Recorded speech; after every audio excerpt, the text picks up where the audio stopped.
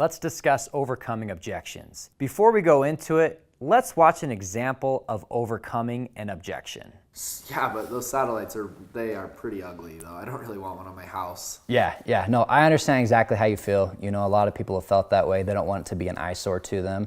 But what we have found is that we've actually been able to put the satellites on the backside of homes over non-living space. And so when you're pulling up into your house, you can't even see it, okay? So it's not really an eyesore to you. And then on top of that, the best part about it is that the way your internet and your TV is set up right now, they're on a shared line. And with that shared line, the internet is not able to run at optimal speeds. And so by putting up the satellite and pulling the channels on over the top, it'll actually free up that bandwidth so that your internet speeds will run at more optimal rates. Does that kind of make sense? So there's 5 key tips we want to remember with helping customers overcome their objections. The first is to listen. Second, understand. Third, respond. Fourth, confirm your response. And then lastly, redirect towards the close. And so first, listen. It's very important for us to listen to what our customer is saying as they're explaining their concern or their objection. We want to create an environment where they feel comfortable with spilling the beans. There's a couple things that we can do with our own body language to show the customer that we are listening. First, tilt your head. This exposes your ear. It shows the customer that you care, that you are actually listening to what they are saying. Next, maintain consistent eye contact. This shows sincerity. Also, be sure to nod your head as your customer speaks.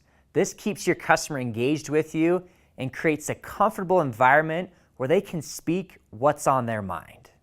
So the next key point of overcoming objections is to understand. And understanding is the next layer of listening. We've all heard the iceberg analogy. The tip of the iceberg, the portion of the iceberg that is exposed out of the water, that can be referred to as what the customer is saying out loud, what is being verbally communicated. What's under the water, the foundation or the base of the iceberg, is the root of the problem. And oftentimes, what the customer is saying out loud may not match up with what they are truly feeling. And so understanding what's really going on is very important for us to do in helping customers overcome objections. To understand what's really happening, we need to pay attention to our customer's body language. Pay attention to their eye contact with you. Pay attention to their voice fluctuations, pauses in their sentences, how confident or how firm they come across in their speech. All of these things will shine light on what really is going on, what truly is the root of our customer's objection. It's very important for us to understand that before we go into our response. The third element of overcoming objections is to respond. We've listened to what the customer has said. We feel like we have an accurate understanding of what the root of the problem is. Now it's time for us to respond. A couple things with our response. Remember that if an objection appears as a big deal to you, it will become a big deal to the customer. And so as you're responding, reassure the customer that you've heard this several times and it's really not a big issue. I promise if you play it off like it's not a big deal, they will then think, okay, it's really not that big of an issue. We want to use something called the feel, felt, found technique with our response. You've probably heard it several times before. It's a very effective way of helping customers overcome an objection. And it's simply this. You know, I understand exactly how you feel.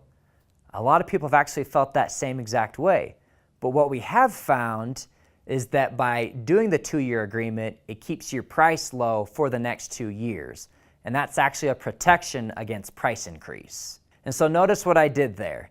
I said, I understand how you feel. A lot of people have felt that way, reassuring to the customer that you've heard it before, it's really not a big deal, and then tell them what you found. I used the objection of, I don't do 2-year contracts in that last response. And so you can do the found portion by saying, we have found that by doing 2-year agreements, it's actually a protection against price increases. And so that's why we do it, is to keep your prices low. Notice in that response, I flipped their objection, which they may have thought was a negative thing, into a positive thing. They're thinking, oh, I don't want to do a 2-year contract. I don't like that. I turned it into, hey, we're doing that for your benefit.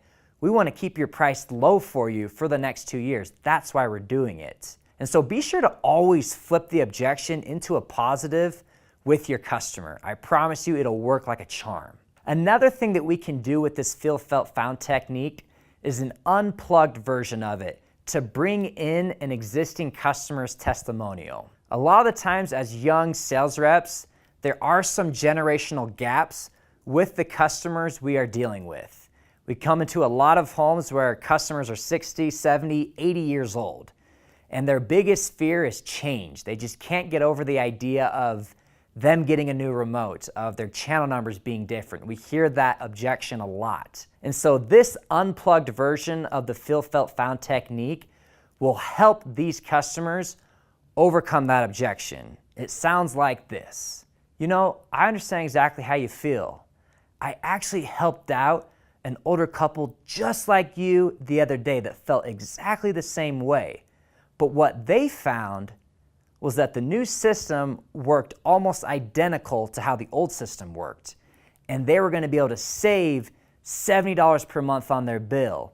And that hassle of change that they feared, it really wasn't that big of a hassle. And the savings far outweighed the hassle of change. And they got used to the system really quickly, and it really wasn't that big of a deal. That's what they said. Notice what I did there. I wasn't talking about how the hassle of change wasn't a big issue and how great it was to save that much money. I was bringing in a third-party existing customer testimonial to talk about that. It's great when we can talk positively about our product or service, but it's even better when we can have someone else talk about it. And so that customer in that case will think, wow, if an older couple that's just like me was able to do this, I can probably do it as well. And so be sure to use that unplugged version of the feel, felt, found technique to help customers overcome their objection. Bring in an existing customer's testimonial right into the room. I promise it will be a powerful way in your response with helping customers overcome their objections. Next, after we've responded, it's important for us to quickly and subtly confirm our response to make sure the customer followed. And that's done simply by saying, does that kind of make sense? You nod your head, and if the customer nods their head as well, you know that you're all on the same page and you're ready to move forward. And the last part of overcoming objections is to redirect. We want to quickly redirect towards something else to get off the subject of the objection. And so it's always good to progress towards the close when we come to this point. And so our redirect can be something simple. We've confirmed our response. We say, now, would that work best for the technician to come by tomorrow to get it squared away or tonight? I gave my customer 2 options. Choosing one of those options is always a positive thing, and it gets them off the topic of talking about their objection. And it effectively progresses me towards the close. And so be sure to always redirect after you've given your response and after you've confirmed your response, and progress towards the close. And so this is overcoming objections. Let's be sure to always view objections as evidences of buying interest as opposed to obstacles of disinterest. When a customer brings up an objection, that's a good thing. It means they're interested. It means that they just need to have a few more things in place before they can move forward. And so be sure to listen. Be sure to understand the root of the problem. Give a response. Use the feel, felt, found technique in your response and flip their objection into a positive. Quickly confirm your response, and then lastly, redirect towards the close. Thanks.